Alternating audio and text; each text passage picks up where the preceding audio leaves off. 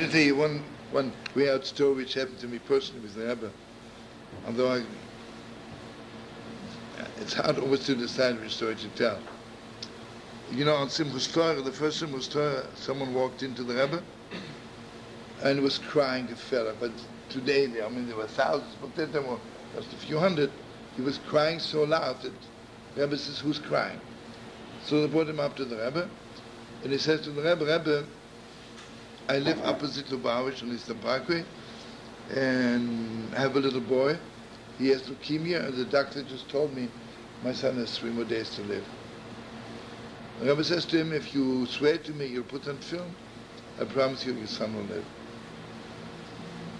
Simple as it is. Okay.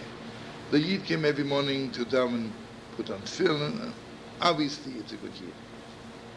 You know, at that time when I was working for Lubavitch, you know how I was operating? I had no money. Mamish. And I don't want to say anything bad, but Mamish, didn't have a single penny. I was just working for the Rebbe day and night. So where do you sleep? So I would go to a parking lot and see if there's any car open. And sit down and sleep. And the next morning I would leave. And the owner would come and say, what's going on here? I say, this is my car.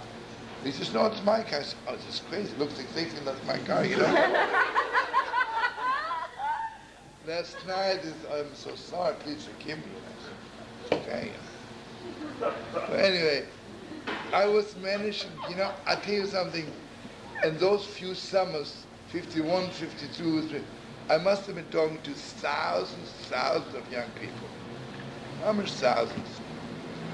And the way I would operate, you know, okay, sleeping in the car and hitchhiking. And one time I'm hitchhiking, have to go, let's say Monticello. It was Monticello, I had to go Monticello.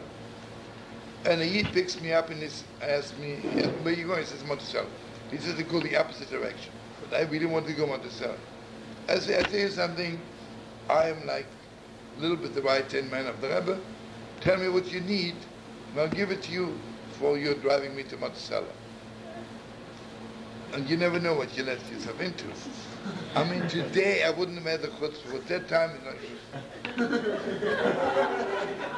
I really, you know, when I was very close to the Rebbe, Amish, he says to me, I want you to know something. My daughter is supposed to get married in 2 weeks. She had a nervous breakdown. She has an insane asylum. I said to him, I'll tell you something. I'll make a deal with you. If you swear to me right here, you'll put on film, I'll go to the Rebbe and make sure she comes out from the insane asylum. Strong. Next day I went back to Lubavitch. I said to the Rebbe, you have to forgive me, but I did something in your account. Then you better do it. I said, this year that it drove me to Monticello, and I promised him that I will talk to you about it, and he promised to put on film. The Rebbe began laughing. He says, all right, don't do it again, he said. But while we were there, the Rebbe says, let's call up the insane asylum. We called up,